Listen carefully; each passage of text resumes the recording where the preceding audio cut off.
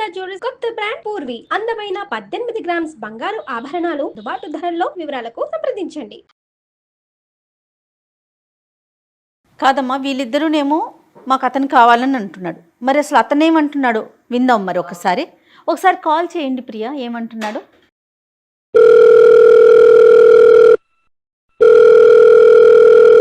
Hello hello, ఏమండి, చెప్పు. ఎక్కడున్నావు? ఇంటికి ఎప్పుడు వస్తున్నారు? నువ్వు ఎక్కడున్నావు ఫస్ట్ అది చెప్పు. నువ్వు ఇంటికి ఎప్పుడు వస్తున్నావు? నేను ఇంట్లోనే ఉన్నాను. నువ్వు ఎక్కడున్నావు? ఇంట్లో లేవే నువ్వు? అవును, ఇంట్లో లేను. నువ్వు వెళ్ళిపో అని చెప్పావు కదా.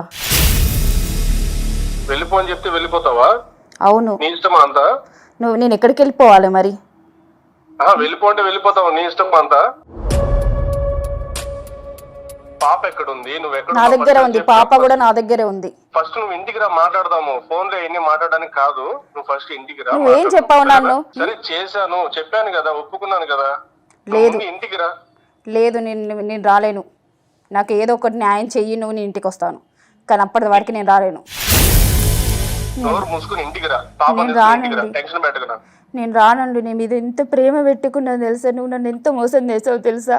ప్లీజ్ ఊరికే ఏడ్చి నన్ను ఇరిటేట్ చేయకు. ఊరికే ఇట్లా ఏడ్చి నేను అమ్మ వాళ్ళని కూడా వదిలేసి వచ్చాను తెలుసా? నేను ఇప్పుడు నువ్వు నన్ను ఎంత ఏడిపిస్తున్నావు తెలుసా? పాప ముఖం చూసాను. నువ్వు అసలు నువ్వు ఎందుకు ఇలా చేస్తున్నావు నాకు అర్థం కావట్లేదు. పాప ముఖం చూసాను కాబట్టి నేనేం అనట్లేదు. నిన్ను ఎప్పుడు ఏడుస్తూనే ఉంటావు. వెళ్ళగొట్టావు నన్ను. ఎవరికి చెప్పుకోవాలి నేను? సరే, నేను అమ్మ వాళ్ళ ఇంటికి వెళ్ళాను. ఏడు బాబు, ఏడు బాబు, ఏడు బాబు. నన్ను ఏడ్చుకో, ఇరిటేట్ చేయకు నన్ను ఊరికే. పాప ఎక్కడుంది? నువ్వు ఎక్కడ ఉన్నావు? నేను న్యాయం కోసం వచ్చాను ఇక్కడికి. ఎక్కడికి వెళ్ళావు? పోలీస్ స్టేషన్కి వెళ్ళావా? వెళ్ళు. ఏం నాకేం భయమా? ఎవరు కావాలి నీకు? ఫస్ట్ నీకు ఎవరు కావాలి? తను కావాలా నేను కావాలా? నేను ఏ పరిస్థితుల్లో తను చేసుకోవాల్సి వచ్చిందో నీకు చెప్పాను కదా. నీకు చెప్పకపోతే అది తప్పు అవుతుంది. నీకు చెప్పాను కదా. చూడు ప్రియా, నా మాటను. నువ్వు ఎక్కడ ఉన్నావు కరెక్ట్ గా చెప్పు. నాకు ఊరికే నాకు మెంటల్ ఎక్కించుకో. న్యాయం కోసం వచ్చాను ఇక్కడికి. న్యాయం కావాలంటే ఎక్కడికి వెళ్ళావు? నేను సుమన్ టీవీ దగ్గరకు వచ్చాను. నీకు ఎవరు కావాలి? నేను కావాలా? సృజన కావాలా? ఇప్పుడు అదంతా కాదు. అవును, నాకు కావాలి ఫస్ట్. నేను కావాలా? సృజన కావాలా ఫస్ట్? తన గురించి నీకు ఎందుకు ఇప్పుడు? అవును, ఇక్కడే ఉంది సృజన కూడా. తన అక్కడ ఎందుకు ఉంది? అవును, మేమిద్దరం వచ్చాము ఇక్కడికి. తన అక్కడ ఎందుకు ఉంది? ఉంది. మాట్లాడు, టెన్షన్ పెట్టకు నాకు. ప్రమోద్, నేను సృజనాని మాట్లాడుతున్నాను. హలో, నువ్వేనా? సృజనాని మాట్లాడుతున్నాను ప్రమోద్. తనుందని నాకు తెలియకుండా, నేనున్నానని తనకు తెలియకుండా చాలా బాగా మేనేజ్ చేసావే. ఎంత మోసం చేసావు ప్రమోద్ మమ్మల్ని. సుజన, నీకు అంతా నేను తర్వాత డీటెయిలింగ్ గా చెప్తాను. తర్వాత ఏం లేదు ప్రమోద్, ఇంకా అసలు తర్వాత ఏం లేదు. అక్కడికి ఎందుకు వెళ్ళావు? ఫ్యూచర్ అంతా నీతో ఊహించుకుంటే నువ్వు ఫ్యూచర్ తర్వాత అంటావేంటి? చెప్పింది నమ్మకు. నమ్మద్దేంటి? నీ ఫోటోలు ఉన్నాయి, నీ పెళ్లి ఫోటోలు ఉన్నాయి, పాప ఫోటోలు ఉన్నాయి, ఇంకేం కావాలి? నమ్మద్దంటావేంటి? సుజన, నేను నీకు తర్వాత అంతా ఎక్స్ప్లెయిన్ చేస్తాను. నువ్వు అక్కడి నుంచి వచ్చేయి ఫస్ట్. నువ్వు ఎక్స్ప్లెయిన్ చేయడానికి ఏం లేదు ప్రమోద్. మేము సుమన్ టీవీకి వచ్చాము. సుజన, నా మాట. వాళ్ళు మాట్లాడతారు నీతో. ఏదైనా సరే ఫర్దర్ గా చూస్తాను ప్రమోద్. నిన్ను ఊరికే వదిలేది లేదు. హలో ప్రమోద్ గారు, నమస్తే అండి. నమస్తే అండి. ఇది సుమన్ టీవీ లీగల్ అడ్వైజ్ అనే ప్రోగ్రామ్కి ప్రియా అండ్ సృజన ఇద్దరు వచ్చారు. వాళ్ళకి ఖచ్చితంగా ఒక న్యాయం జరగాలి, ఒక సలహా కావాలని వచ్చారు. నాతో పాటు అడ్వకేట్ వెంకటేశ్వరి గారు. అలానే నేను చెప్పేది ఫస్ట్ వినండి. మీరు ఫస్ట్ మీరు చూసుకునేది అది మీ ఇంటి వరకు అండి. మీ ఇంటి వరకు లేదు సమస్య, స్టూడియో దాకా వచ్చింది. హలో హలో, ప్రమోద్, నేను కృష్ణకుమారి మాట్లాడుతున్నాను.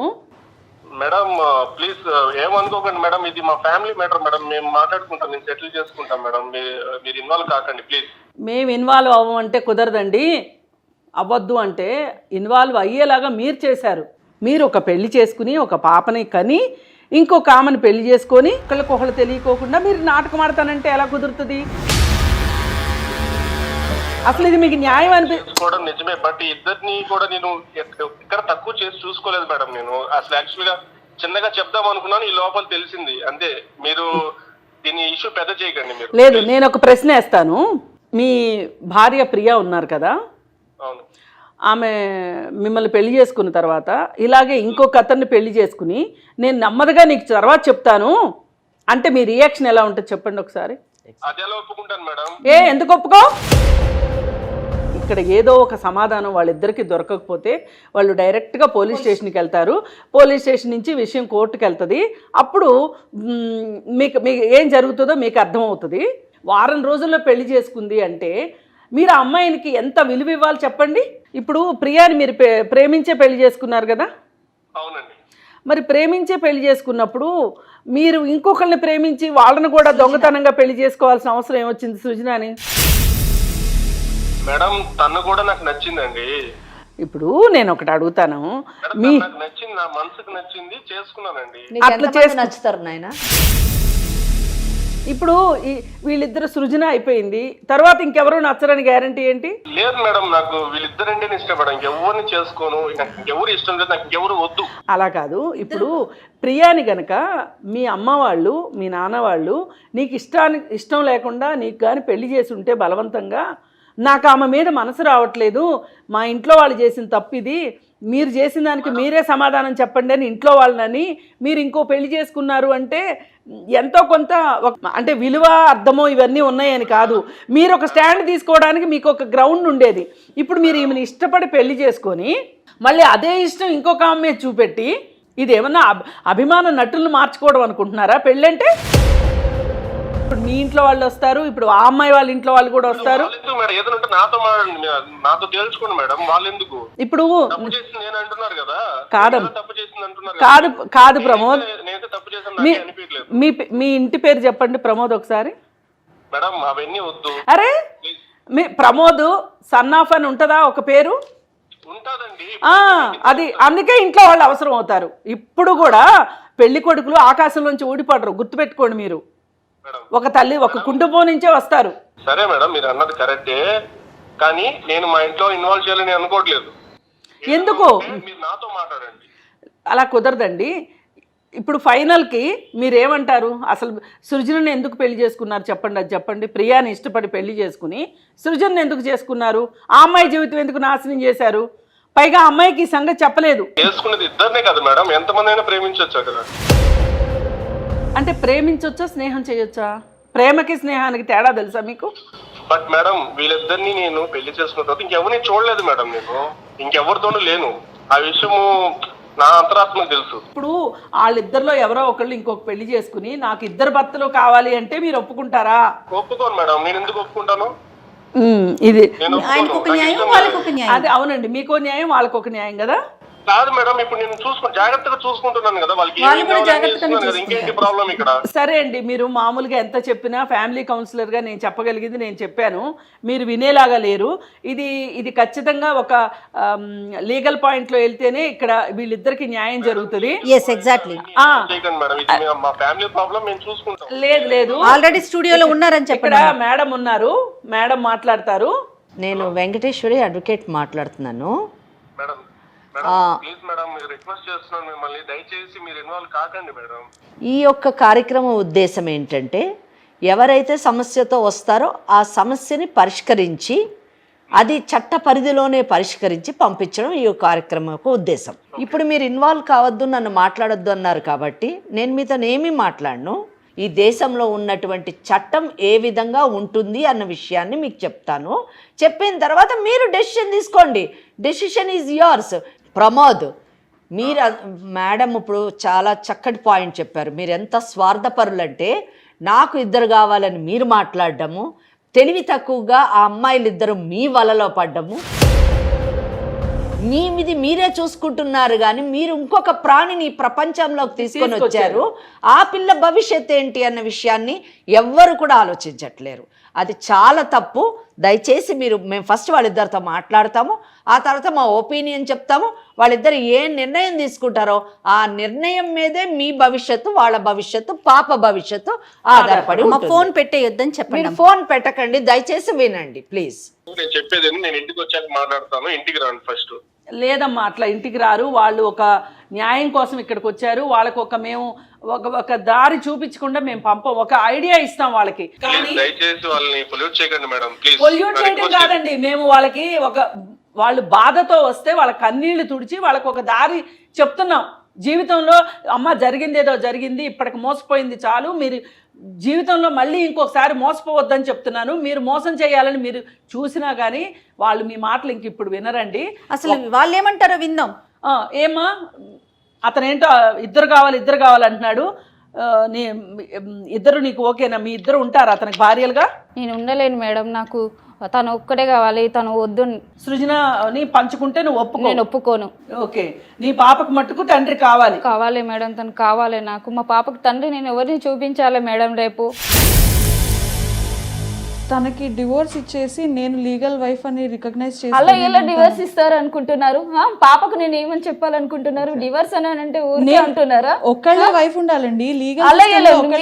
మీరు కూడా డివోర్స్ తీసుకోండి. మరి నాకు తెలియకుండా చేసిన మోసం అండి. అలా నేను కూడా మోసపోయాను ఇప్పుడు, తెలుసా నీకు? నేను కొంచెం ఆమెకేమో పాప ఉంది, నీకేమో పాప లేదు. నువ్వు భార్యగా మీ ఇద్దరు అనుకుంటున్నారు తప్పితే చట్టం ఒప్పుకోదు. కాబట్టి అసలు నువ్వేమనుకుంటున్నావు చెప్పు? ఆ పాప జీవితం ఆలోచించి చెప్పు ఒక మాట. సాటి ఆడదానిక నేను ఒప్పుకుంటానండి ఆవిడ బాధ, కానీ నాకు ఏమనిపిస్తుంది అంటే మీరు కూడా ఆవిడ పక్షంగానే మాట్లాడుతున్నారు అనిపిస్తుంది. నాకు జరిగిన అన్యాయాన్ని మీరు గమనించట్లేదు. నాకు తెలియకుండా తను నన్ను పెళ్లి చేసుకున్నాడు, తను వద్దనుకునే కదా నన్ను ఇంకొకరిని చూసుకున్నాడు. మేమిద్దరం ప్రేమించుకుని పెళ్లి చేసుకున్నాం. నువ్వు ఇంటికి వచ్చేసేయి, నిన్ను పాపని చూసుకుంటానంటున్నాడు, ఇద్దరిని చూసుకుంటానంటున్నాడు. మరి నీకు ఓకేనా? ఇద్దరు లేదు తను వద్దనుకున్నాడు కాబట్టే నా దగ్గరకు వచ్చాడు, కాబట్టి తనకి డివోర్స్ ఇచ్చి నన్ను పెళ్లి చేసుకోమని నాకు మరి సరేమ్మా, మీ ఇద్దరికి పిల్లలు లేరు అనుకో, డివోర్స్ తీసుకున్నారంటే అది వేరే విషయం. ఇప్పుడు ఆ పాప ఉంది, ఆ పాప సంగతి ఏంటి? నాకు డివోర్స్ ఇవ్వమని ఎలా అంటున్నావు నువ్వు? నన్ను ఇష్టపడి పెళ్లి చేసుకున్నాడు, నన్ను ప్రేమించి చేసుకున్నాడు, నువ్వు డివోర్స్ ఎలా అడుగుతున్నావు? నన్ను కూడా ప్రేమించే పెళ్లి చేసుకున్నాడు. అవును, ప్రేమించి పెళ్లి చేసుకున్నాడు. నన్ను మోసం చేశాడు ఫస్ట్, ఇప్పుడు నిన్ను చేసుకుని నన్ను కూడా మోసం చేశాడు. ఇప్పుడు తెలిసింది కాబట్టి నేను ఫర్దర్ గా అట్లా చేయనివ్వను. నన్ను రీసెంట్ గా నన్ను పెళ్లి చేసుకున్నాడు, నాకు తెలియకుండా పెళ్లి చేసుకున్నాడు, నన్ను మోసం చేశాడు, కరెక్టే, కానీ మారుతాడు, నేను మార్చుకుంటాను. అంటే నా పరిస్థితి ఏంటన్నట్టు ఇప్పుడు నా పాప పరిస్థితి ఏంటి? తర్వాత మేడం చెప్తారు, అడ్వకేట్ లేదు నేను ఒప్పుకోను. అసలు నీకు డివోర్స్ ఇవ్వమని చెప్పేస్తాను నేను. అసలు నాది రికగ్నైజ్ అవ్వట్లేదు, అదే నా బాధ. ఏమండి వింటున్నారా మీరు? ఏమంటున్నారో మేడం ప్లీజ్ మేడం, వింటున్నావా? కాదు మేడం, వాళ్ళు ఎందుకు మీరు ఇలా టార్చర్ పెడుతున్నారు మేడం? మీరు అసలు టార్చర్ పెట్టినాడు, నువ్వు బాగానే ఉన్నావు బ్యాక్గ్రౌండ్ లో. మేము టార్చర్ పెడుతున్నారు అంటున్నావు. ఇప్పుడు ఆ అమ్మాయి మా దగ్గరకు వచ్చింది కాబట్టి కనీసం మేము ఈ మాదిరిగా మాట్లాడుతున్నాం. సరే ఇప్పుడు మేము వద్దులే, కానీ మాకు కూడా చాలా విసుగ్గా ఉంది. మీ ఊరేంటో చెప్పమ్మా. మీ ఊరు వచ్చి పంచాయతీ పెట్టుకుంటారు వాళ్ళు. మీ అమ్మా నాన్న కూడా కూర్చోబెట్టి ఇలాంటి బాధ్యత లేని కొడుకును కన్నారా అని మీ అమ్మా నాన్న కూడా అడుగుతారు. మేడం నేను మోసం చేశాను అంటున్నారు కదా మేడం, నా మీద నిందలేస్తున్నారు. ప్రేమించాను మేడం, నేను ప్రేమించుకుంటే ఎలా పెళ్లి చేసుకున్నాను? అంటే ఇద్దరిని ప్రేమిస్తావా? వాళ్ళిద్దరిని కాదు మేడం పెళ్లి చేసుకుంది, ముగ్గురిని నలుగురిని చేసుకున్నాను నేను. ఏమన్నా ఒకళ్ళ తర్వాత ఇద్దరిని చేసుకున్నా అంతే, ముగ్గురిని చేసుకున్నా అంతే. నేను ఇద్దరిని ప్రేమించాను, ఇద్దరిని పెళ్లి చేసుకున్నాను. ఇద్దరిని మోసం అయితే చేయలేదు. నేను మోసం చేయడం అంటే ఏంటి? ఇద్దరిని వదిలేయడం. నేను ఇద్దరిని వదలలేదు కదా, వాళ్ళు సంతోషంగా చూసుకుంటున్నాను కదా. ఇప్పుడు ఎవరిని ప్రేమిస్తున్నావు నువ్వు? మేడం నేను ఇద్దరిని ప్రేమిస్తున్నాను మేడం. వీళ్ళిద్దరు కాకుండా కొత్తగా ఇంకెవరిని ప్రేమిస్తున్నావు? ఇంకెవరిని లేదు మేడం, నాకు ఇంకెవరు వద్దు. ప్రమోద్, ఒక్క విషయం నువ్వు అంటున్నావు కదా, ఇద్దరిని పెళ్లి చేసుకున్నాను, ఇద్దరిని చూసుకుంటాను, నాకు ఇద్దరు కావాలి అన్నది నీ అభిప్రాయము. అసలు ప్రియాకి సృజనాకి మాత్రము వాళ్ళు ఇంతసేపు మాట్లాడిన దాని ప్రకారము ఒక్కరో మాత్రమే నీతో ఉంటామో అని వాళ్ళ యొక్క ఇదిని వ్యక్తపరుస్తున్నారు. నువ్వేమో ఇద్దరు కావాలంటున్నావు, ఎలా చెప్పండి? How it is possible? మేమెవరో న్యాయం చేయడానికి దేశానికి ఓ చట్టం ఉంది. ఆ చట్ట పరిధిలోనే మాత్రమే నువ్వు కానీ నేను కానీ ఎవరైనా కానీ ఉండాలి. కనుక ఇక్కడ ఎవరో ఒక్కడే ఉండాల్సినటువంటి పరిస్థితి. ఆ ఒక్కరు ఎవరు అన్నది చట్టం చాలా క్లియర్గా చెప్పింది. ఆ విషయం నేను మాట్లాడతాను. ముందు నువ్వు ఈ కాన్సెప్ట్లోంచి బయటకు వచ్చేసాయి. నేను ప్రేమించాను, నేను ఇద్దరిని పెళ్లి చేసుకున్నాను, నాకు ఇద్దరూ కావాలి అన్నది చాలా foolish decision and it is against law. అంతే సింపుల్. మేడం ఎటువంటి పరిస్థితుల్లో నేను వాళ్ళిద్దరిని వదులుకోను మేడం. వదులుకోవాలి. వదులుకోకపోతే వాళ్ళిద్దరు ఏం నిర్ణయం తీసుకుంటారో చూడండి. మాట్లాడండి అమ్మా, మీరు చెప్పండి. ఇప్పుడు ఇద్దరు కావాలంటున్నాడమ్మా. ఇద్దరు భార్యలుగా ఉండటానికి మీకు సిద్ధమేనా? మీరు మాట్లాడుకోండి. లేదండి, నేను కూడా ఒప్పుకోనండి. ప్రమోట్ డివోర్స్ ఇవ్వు. ప్రమోద్ ఏమంటుందో వింటున్నావా? డివర్స్ తీసుకుంటావా నా గురించి? చేస్తాను, నువ్వు అక్కడి నుంచి వచ్చేయి, నాకు నువ్వు కావాలి. ప్రియా కావాలా సృజన కావాలా? ఇద్దరు కావాలి మేడం. తనుంటే నేను ఉండను ప్రమోద్, క్లియర్గా చెప్తున్నాను. నేను నాకొద్దు. ప్లీజ్, యాక్చువల్ గా నేను నీకు కూల్ గా చెప్దాం అనుకున్నాను ఈ విషయాన్ని, చిన్నగా నీకు ఇంత చిన్న చెప్దామనే విషయం లోపలే కూల్ గా ఎలా తెలిసిపోయింది. చెప్తావండి? ఇది అసలు నాకు అర్థం కాదు. ఏంటి ఇంకో 10 ఏళ్ళు పోయిన తర్వాత కూల్గా చెప్దాం అనుకుంటున్నాను. చచ్చినట్టు పడి ఉంటావని ఆయన అభిప్రాయం. ఎమోషనల్ అవ్వకు ప్లీజ్. నువ్వు ఇద్దరికైనా ఒకటే చెప్తున్నాడమ్మా, కూల్గా చెప్తా కూల్గా చెప్తా, ఇద్దరిని తీసుకోమంటున్నాడు ఆన్సర్. కూల్గా ఏం లేదు, ఈ రోజుతో తేలిపోవాలి ప్రమోద్. నువ్వు ఇష్యూ పెద్ద చేయకు. ఇప్పుడు మాట్లాడతావో తర్వాత మాట్లాడతావో, మాట్లాడాల్సిందంతా ఇప్పుడే మాట్లాడు. ఈ కాల్ తర్వాత నేను లీగల్గానే వెళ్తాను, నీకు ముందే చెప్తున్నా. తనుంటే తనన్నా నేనన్నా ఉండాలి, అంతే. ఇద్దరు అంటే కుదరదు. నేను కూడా అదే మాట చెప్తున్నా, తనన్నా నేనన్నా ఉండాలి. అరే మీ ఇద్దరిని నేను ప్రాణానికి ప్రాణంగా ప్రేమించాను, మీకు ఏం కావాలంటే అది ఇచ్చాను, మీకు ఏ ప్రాబ్లం రాకుండా చూసుకుంటున్నాను. ఇంకేంటి మీకు ప్రాబ్లము? అక్కర్లేదు, నువ్వు ఇప్పుడు చెప్తుంటే అర్థమవుతుంది. మేడం మాటలు విన్నాక నీది నిజమైన ప్రేమే కాదు. పాపని ఏం మోసం చేశాను, నిన్నే మోసం చేశాను నేను. నాకు డైవర్స్ ఇప్పిస్తానంటుంది. ఒప్పుకున్నావు, మోసం చేసావని లీగల్ గా వెళ్ళనా పోనీ, మోసం చేసావని ఒప్పుకున్నావు కదా, కాల్ రికార్డ్ కూడా ఉంది కదా. నేను మోసం ఎక్కడ చేశాను? మీ ఇద్దరిని ప్రేమించాను తప్ప. ప్రమోద్ ప్రియా కానీ సుజనాని కానీ మీరు ప్రేమించటం తప్పు కాదు, పెళ్లిళ్ళు చేసుకోవటం తప్పు కాదు, కానీ మా దాకా రావటం మాత్రమే మీరు తప్పు అంటున్నారు. అసలు తప్పేంటి? కోర్టులు ఏం చెప్తున్నాయి, సెక్షన్స్ ఏం చెప్తున్నాయి, ఇవి కూడా ఒకసారి తెలుసుకుందామండి. ప్రమోద్, తెలియదంటే కుదరదండి. మన సమాజంలో ఉన్నాం, మనమేమి అడవుల్లో ఉండట్లేదు, సమాజంలో ఉన్నాం. మనకంటూ ఒక చట్టం, న్యాయం అన్నీ ఉన్నాయి. వాటికి లోబడే మనం అందరం బతకాలి. ఎవరిష్టానికి వాళ్ళం బతకడానికి ఇదేమన్నా అడవనుకుంటున్నారా? మనుషుల మధ్య ఉన్నామండి మనం అంతా. ఇంకా మీరు పాడిందే పాట, ఇదే పాట. కాల్ మొదలు పెట్టిన కాడి నుంచి నాకు మీ ఇద్దరంటే ఇష్టం, మీ ఇద్దరితో ఉంటా.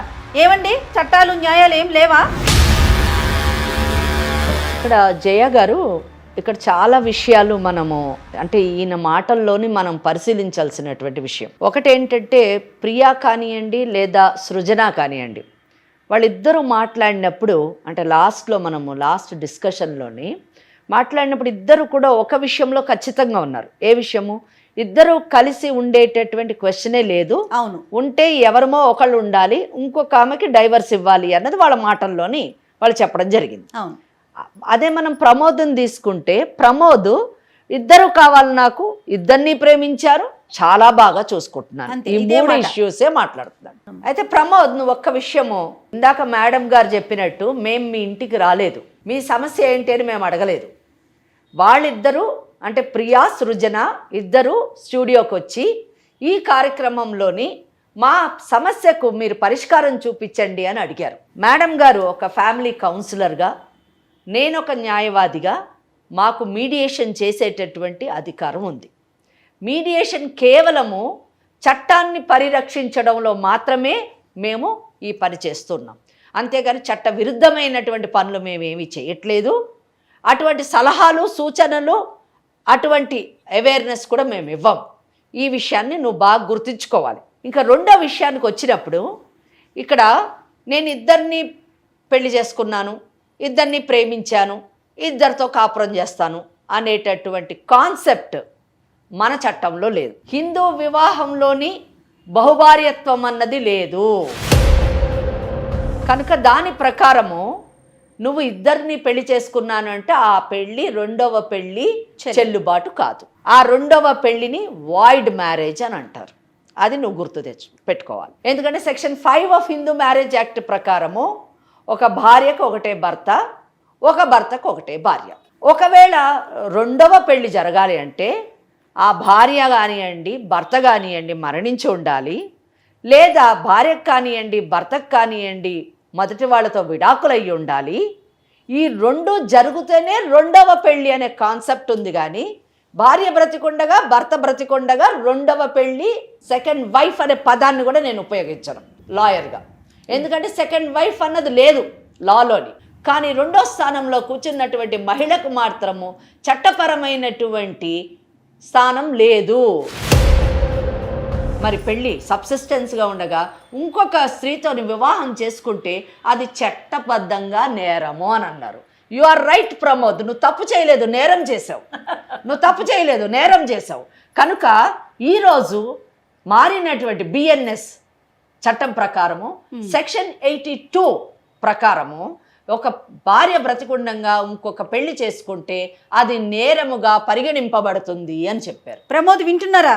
వింటున్నాను మేడం. అదే సెక్షన్ 82(1) ప్రకారము ఒకవేళ ఈ అమ్మాయి అంటే ప్రియా తన పెళ్లి సబ్సిస్టెన్స్ గా ఉండగా తన బ్రతికి ఉండగా సెక్షన్ 5 ఆఫ్ హిందూ మ్యారేజ్ యాక్ట్కి వ్యతిరేకంగా ఈయన ఇంకొక పెళ్లి చేసుకుంటే ప్రమోద్, ఈ అమ్మాయి కానీ కంప్లైంట్ ఇస్తే 8 సంవత్సరాలు శిక్ష, ఫైన్ కూడా పడేటటువంటి అవకాశం.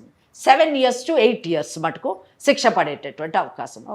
అదే సృజన ఇందాక మాటల్లో ఆవేశంలో ఒక మాట అంది, ఏంటి చట్టపరంగా వెళ్ళమంటావా, లాని ఇన్వోక్ చేయనా అని అడిగింది. Yes, she's right, she's having every right.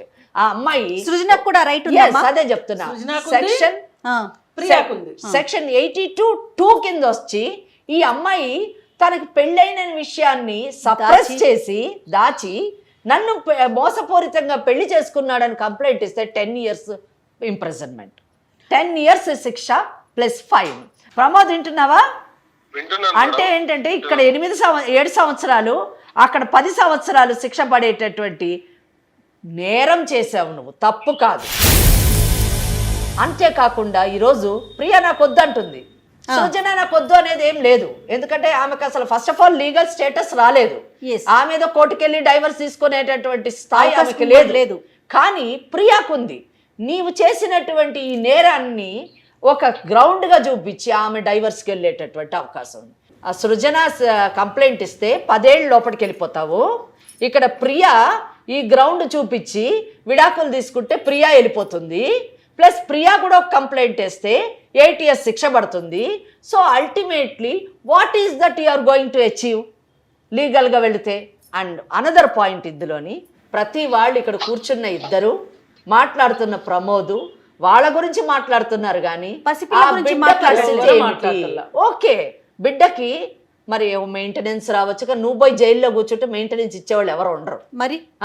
So maintenance ఉండదు. కానీ సుప్రీంకోర్టు అండి ఇందిరా శర్మ అనే కేసులోని ఎంత బాగా చెప్పిందంటే, అంటే అజ్యూమింగ్ ఫర్ ఎ మినిట్ వీళ్ళిద్దరూ కలిసి ఒక అండర్స్టాండింగ్లోని చట్టం దృష్టికి వెళ్లకుండా ఏదో మేనేజ్ చేసి నడిపిస్తే మరి రేపు అటువంటి సందర్భాల్లో బిడ్డలు ఏం కోల్పోతారు అనే విషయానికి వచ్చినప్పుడు సుప్రీంకోర్టు ఎంత బాగా చెప్తుందంటే, ఏలినేషన్ ఆఫ్ ఎఫెక్షన్ అంటే ప్రేమలో కూడా భాగాన్ని కోరుకునేటటువంటి భాగాన్ని వేరే వాళ్ళకి పంచిపెడితే ఆ భాగాన్ని ఈ చైల్డ్ కోల్పోతుంది.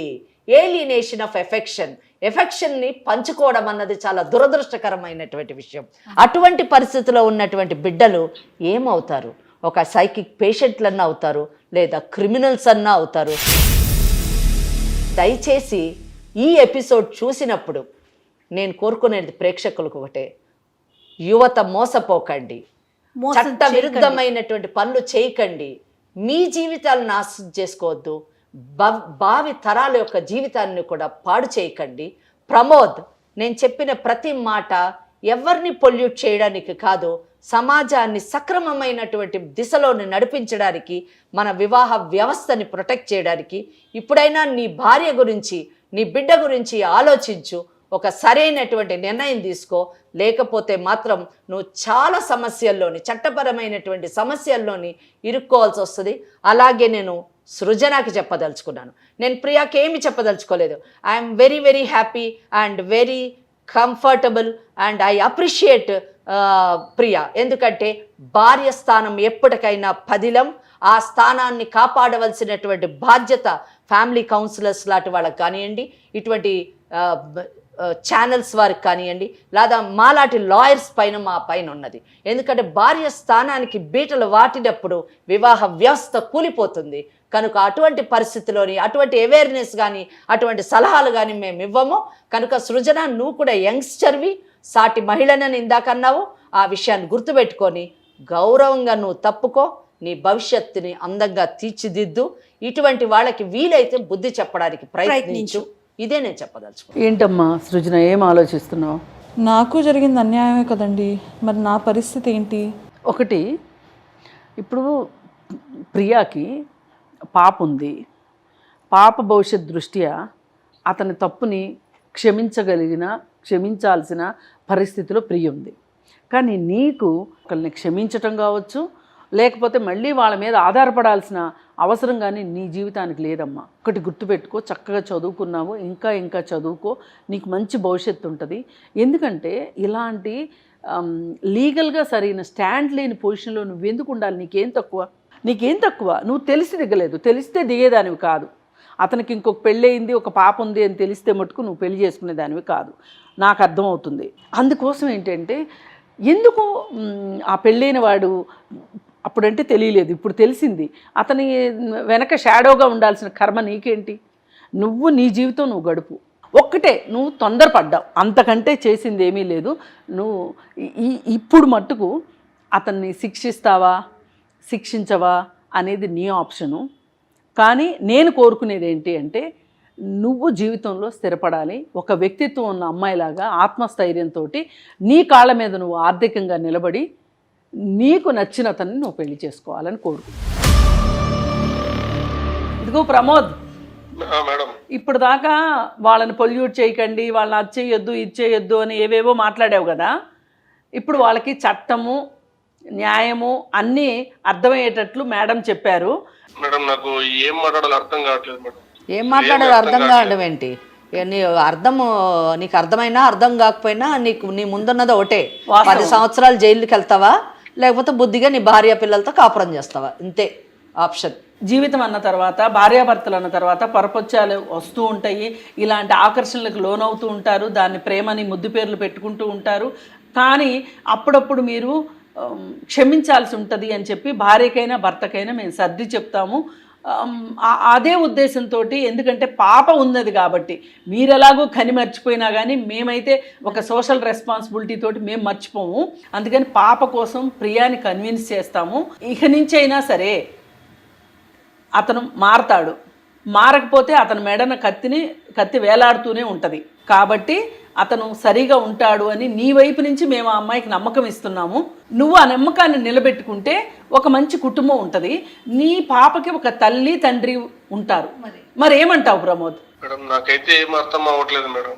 సారీ అయితే చెప్పగలను మేడం, ఇద్దరికి సారీ చెప్తావు అంటే ఇప్పుడు సృజన ఏమంటుందంటే ఎట్టి పరిస్థితుల్లోనూ ఆ పాప గురించి అయినా సరే నేను ఆలోచించి నాకున్న స్థానం ఏంటో లీగల్గా నాకు అర్థమైన తర్వాత నేనే తప్పుకుంటాను అని ఆమె చెప్పేసింది. మీరు ఎంత సారీ చెప్పినా మళ్ళీ ఏదన్నా మాయ చేయాలని చూసినా సృజన మాట వినే పరిస్థితిలో లేదు. ఇప్పుడు ప్రియ అయినా ఎంత కోపం ఉన్నప్పటికీ పిల్ల మొహం చూసి నీతో ఉండాలనుకుంటుంది. మరి ఒక నమ్మకాన్ని ఇస్తావా? ఇప్పటికైనా ఇస్తావా? వెరీ గుడ్, ఖచ్చితంగా చెప్పాలి. మరి సృజన, ఐఎమ్ ఎక్స్ట్రీమ్లీ సారీ సృజన, నేను తప్పు చేశాను. ఇక్కడి నుంచి అయినా ప్రియాని, మీ పాపని సరిగ్గా చూసుకో. ఇలాంటివి మళ్ళీ చెయ్యకు, చీప్ ట్రిక్స్ చెయ్యకు అమ్మాయిల మీద. Very good, very good, super. ఇప్పుడు ఇలాగే మాట్లాడుతున్నావు, వీళ్ళు ఉన్నారని ఇలా చెప్తున్నాను. ఇప్పుడు ఇలాంటి రిపీట్ మళ్ళీ ఇంకొకసారి జరిగిందో నేను అసలే ఊరుకోను, ఖచ్చితంగా ఊరుకోను. నా తప్పు నేను తెలుసుకున్నాను. నిజమని ఎలా నమ్మాలి? ఇంకెవరు రారు, ఇంకా లేరు, నువ్వు పాప తప్ప. నువ్వు కూడా క్షమించాలి, నేను చాలా బాధ పెట్టాను. నేనేంటో నాకు ఇప్పుడు అర్థమైంది. ఓకే ప్రమోద్, ఓకే అండి. చట్టపరంగా అంటే ఎలాంటి శిక్షలు ఉంటాయి, ఏం జరుగుతుంది అని మేడం పూర్తిగా వివరంగా చెప్పారు. మీకనే కాదండి, ఇది చూసే ప్రతి ఒక్కరికి కూడా ఒక కన్నువిప్పు కావాలి. వీళ్ళకి కూడా ఒకసారి మీరు కొంచెం పర్సనల్గా ఏదైనా అవకాశం ఉంటే ప్రమోద్తోనూ అమ్మాయితో ప్రియాతో ఒకసారి కౌన్సిలింగ్ మాట్లాడండి. ఇది మాత్రం అవకాశం ఉన్నా తప్పకుండా ఎప్పుడైనా సరే అమ్మా, నీకే ఇబ్బంది ఉన్నా సరే ఒకసారి కాంటాక్ట్ చేయండి. ప్రమోద్ మీరు కూడా ఒకసారి వచ్చి కృష్ణకుమారి మేడంని కలవండి. సరే మేడం. ఓకే అమ్మ, మీరు ఏమన్నా చెప్తారా ఫైనల్గా? కుటుంబం అనే సపోర్ట్ లేకపోతేనండి it is very difficult for women to live in the society. ఆ లివింగ్ అన్నది with in the parameters of లాలో ఉండాలి. లాని దాటి వెళ్ళినప్పుడు వాళ్ళ హక్కులన్నింటినీ కోల్పోతారు. అది నేను చెప్పదలుచుకుంది. రైట్ అమ్మా, థ్యాంక్ యూ సో మచ్ అమ్మ. మీ ఇద్దరు కూడా పార్టిసిపేట్ చేసినందుకు ముందు ఒక మంచి నిర్ణయానికి వచ్చాం. రైట్ అమ్మా, విన్నారు కదా మీరు ఎక్స్పర్ట్స్ సలహాలు కూడా. సో మీ లైఫ్ని మీరు జాగ్రత్తగా లీడ్ చేసుకోండి, ఓకేనా? ఓకే అండి, థ్యాంక్ యూ అండి. ఓకే అమ్మా, ఓకే రైట్ అమ్మా, thank you so much. Thank you.